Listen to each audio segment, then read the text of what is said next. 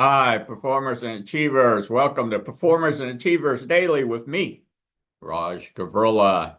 In today's episode, we are talking about the importance of your cue or your cues, and if you prefer, your prompts or your prompt, and then the necessity or the use of when your cue, your prompt occurs, then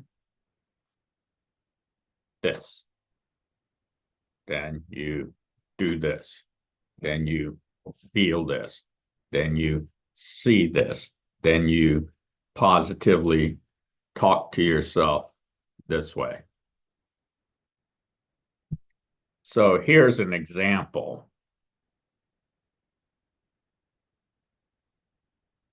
When I finish my meeting today, I had a meeting that I just got out of. I knew that I was scheduled to shoot my video. So when my meeting ended, that is my cue, I prepared to shoot this video. Now, to set my goal or my intention, my clear goal intention, to have clarity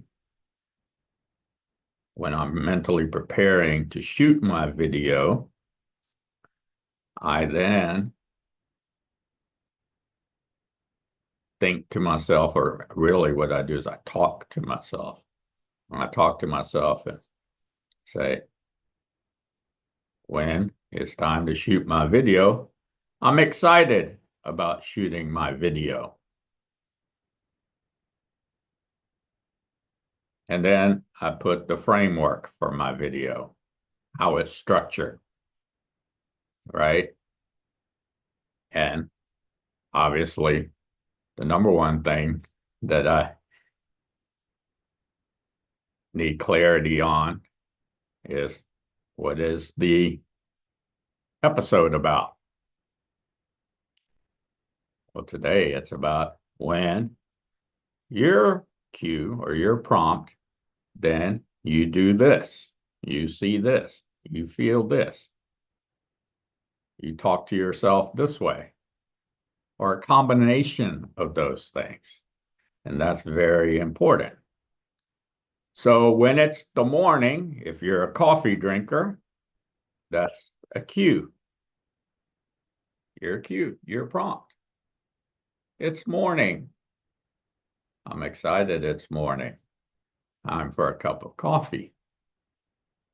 However, that's not your cue or your prompt at 10 p.m. in the evening. I don't know many people that drink coffee at 10 p.m. in the evening. So obviously, you have another cue or another prompt, something to the effect, it's 10 o'clock. Since it's 10 o'clock, when it's 10 o'clock, I do my PM routine. So by the time you're done with your PM routine, you're then ready to have a peaceful, genuine rest, full sleep. You fall asleep and you peacefully, genuinely wake yourself up in the morning. So remember, your when cue or when prompt, then you do a combination of this. So when, then this, or when, do this. When your cue, your prompt, you do this, or feel this, or see this. or listen to this, or a combination of those items. Usually it's a combination, right? I see a lot of people do something and they haven't really prepared before doing it so that they can do it the best, their best. And that's obviously not as beneficial. It's not as effective and efficient. And so make it much better for you, much simpler and much faster at your pace. And you'll see that as you do this, eventually these cues and the prompts, your cues and your prompts, get stored in your positive muscle memory. And therefore, when it's stored in your positive muscle memory, when it becomes that, evolves into muscle memory, stored into your muscle memory, then it becomes somewhat automatic. That's when people say, for example, or they tell you, I know what to do. I know, right? Because there's nothing to retrieve. There's nothing to think through or talk yourself through. It automatically triggers, right? Not trigger, sorry. That's the wrong word. You do not want to trigger. Triggers are bad. Remember from a previous episode. Urges are bad. Remember that from a previous episode. Please remember that. I'm very genuine there. When I coach and train and teach, I that's one of the skills that I coach, train, and teach. That is the importance of your cue and your prompt. So when you have your cue or your prompt, then your process occurs, whatever that process may be. You're on your way to a meeting. You're driving to your job, your place of business, your work. You're meeting with your customer. You're having your team meeting. And it's your process then that you experience, you create, and then that in itself is what is beneficial and rewarding. So the next episode, we'll talk about the importance of your process over outcomes. Your bonus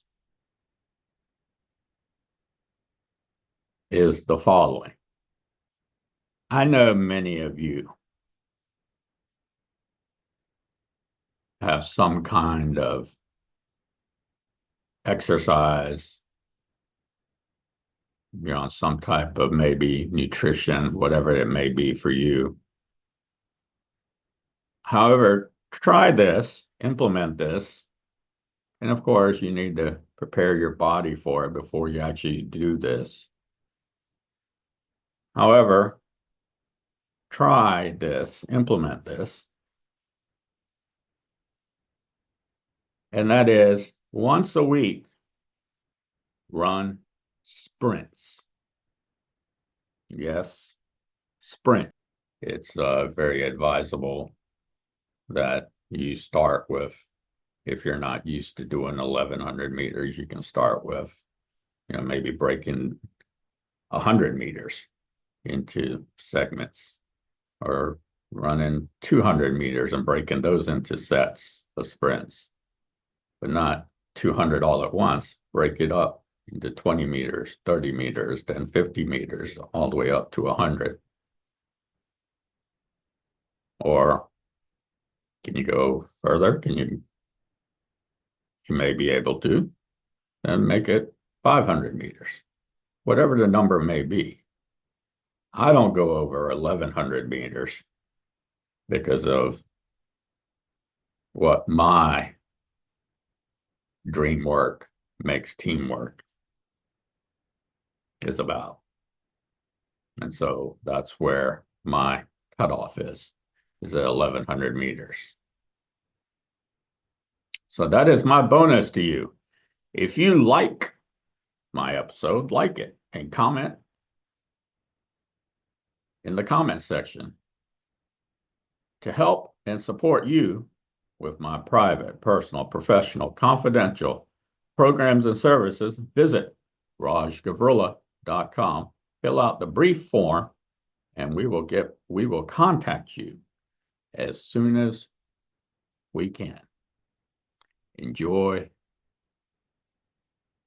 your day.